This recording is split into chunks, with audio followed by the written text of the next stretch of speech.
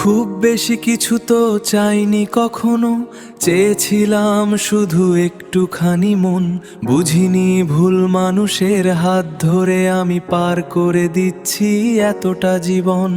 প্রতিটি চাওয়ার শেষে কেন জানি আজ শূন্যতাই হলো আমার ঠিকানা। হৃদয় ভাঙার এই শেষ স্টেশনে কেউ তো দিল না কষ্টের সান্ত্বনা। ঠকেছি বলে ভেবো না কখনো যে আমি খুব বোকা ছিলাম। আসলে অন্ধের মতো তোমায় আমি বড্ড বেশি বিশ্বাস করেছিলাম। আজ বিশ্বাসের সেই চড়া দামে শুধু এক বুক শূন্যতা কিনলাম।